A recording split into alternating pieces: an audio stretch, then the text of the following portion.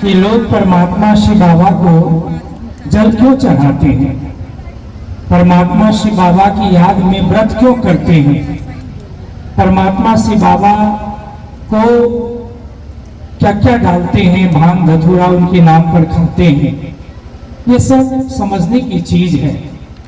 लेकिन यदि आप बहुत संक्षेप में सुनेंगे, एक बात हर इंसान चाहता है, हमें क्या मिले, शांति मिले, प्रेम मिले, खुशी मिले, आनंद मिले।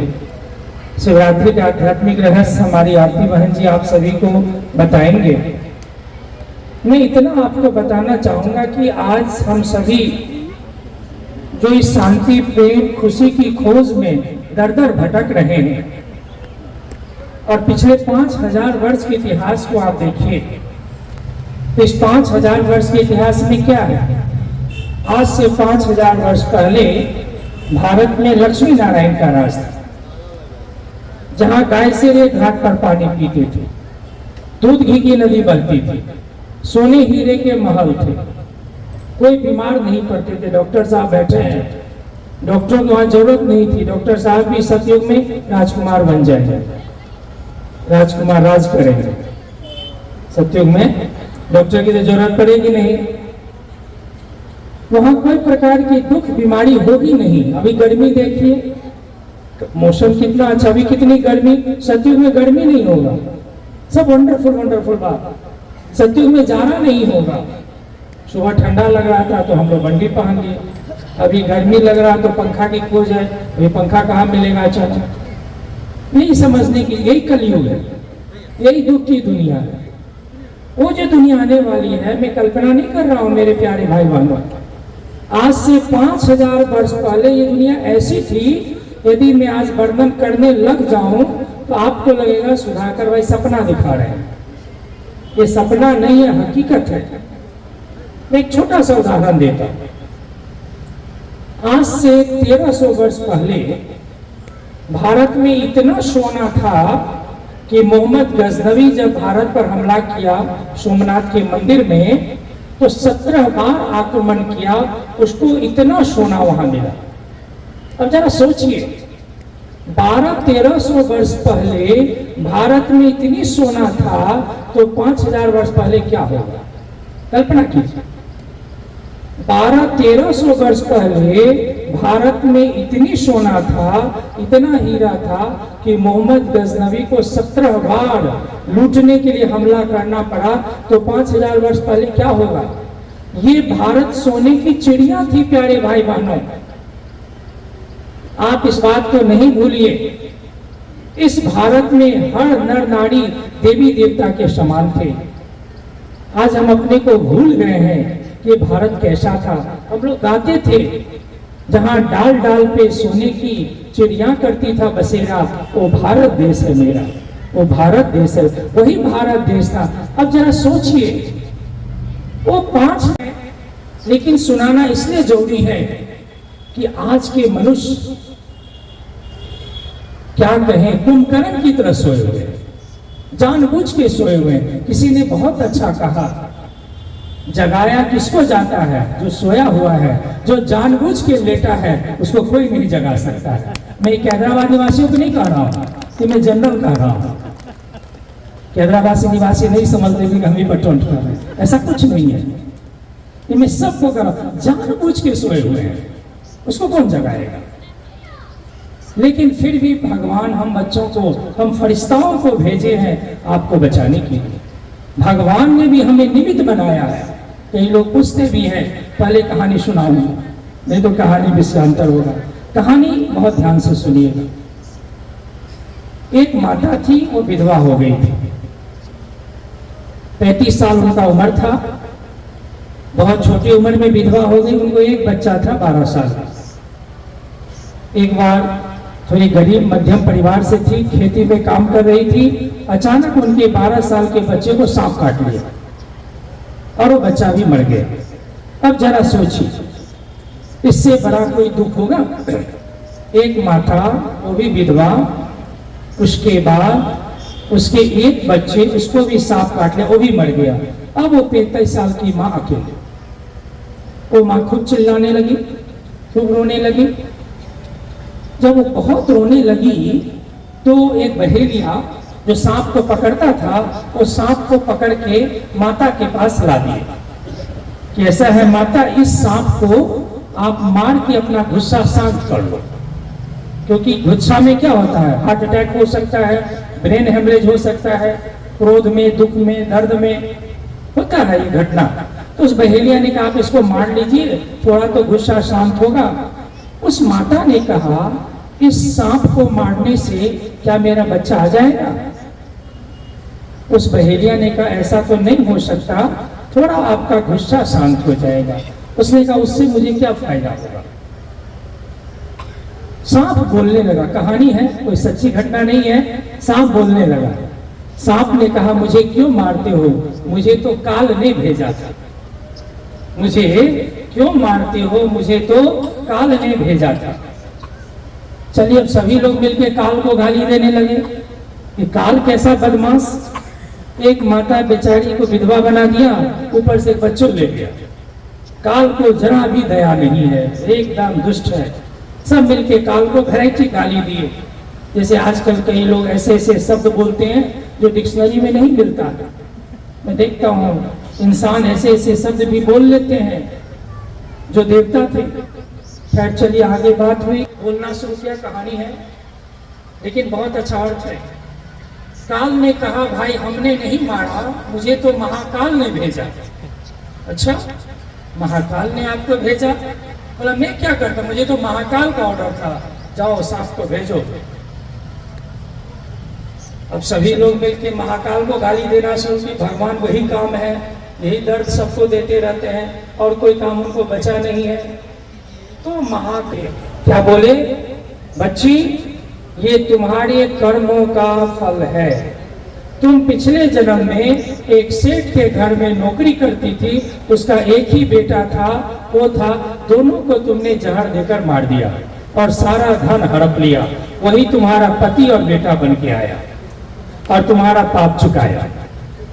बात को समझिए मेरे प्यारे भाइयों बहनों, हमारे साथ, आपके साथ, किसी के साथ जो कुछ हो रहा है इसके जिम्मेवार दूसरा कोई नहीं है, सिर्फ और सिर्फ मैं हूं। मैंने जो बीज बोया है इस जन्म या पिछले जन्म वह मुझे काटना ही पड़ेगा।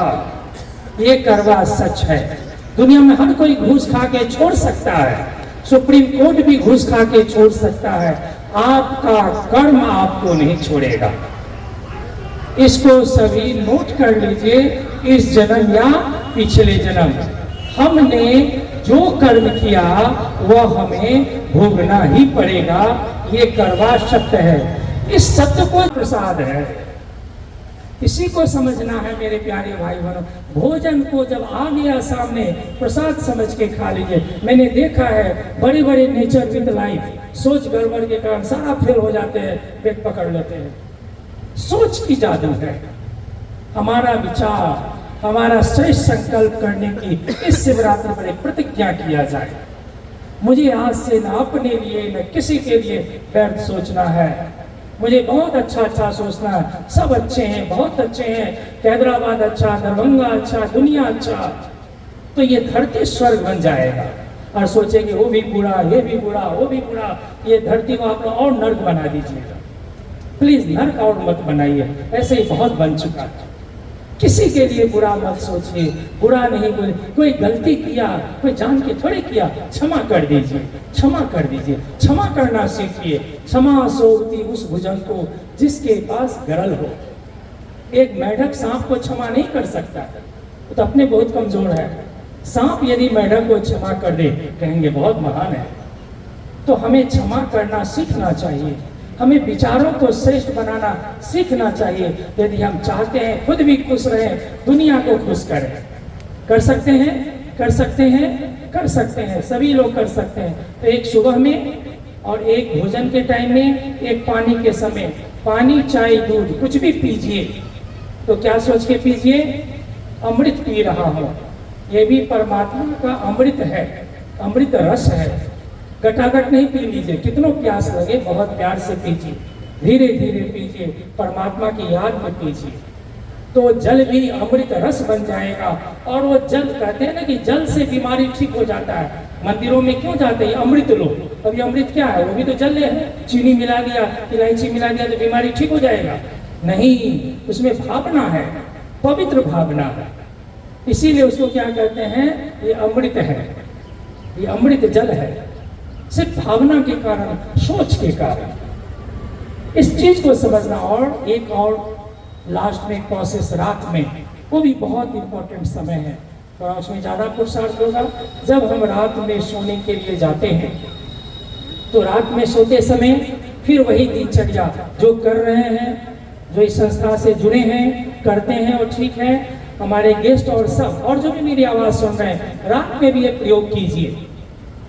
जब हम सोने के लिए जाते हैं तो 15-20 मिनट संभव हो तो 15 मिनट से शुरू कीजिए। No mobile, no television, no paper, nothing, कुछ भी नहीं, बिल्कुल। फिर वही बात, बिल्कुल अपने ब्रेन को रिलैक्स, अपने को अच्छा सोच लेना है कि मैं सब बातों से मुक्त हूँ। पास्ट में जो हुआ सो हुआ, अभी मैं बहुत निश्चिंत हूँ। Thanks almighty. उस ऑलमाइटी को धन्यवाद दीजिए। अब मेरा सब अच्छा है, मैं भी बहुत अच्छा, मेरा परिवार बहुत अच्छा, घर बहुत अच्छा, सब बहुत अच्छे। थोड़ा उसमें ध्यान देना है। मन ज़्यादा भागता है, क्यों? दिन भर का कार्य है, तो उस समय बार बार मन को पढ़ाइएगा। कोई बात नहीं, ये भी ठीक हो जाएगा। जैसे सपोज आपके मन कहीं गया, कोई घटना दिन में हुआ और आपको याद आ गया, तो मन ने कहा वो तो गड़बड़ हुआ, तो मन को समझाना है गड़बड़ हुआ था, अभी सब ठीक है, सब ठीक है, सब ठीक है। बार बार ये संकल्प करना सीख लीजिए।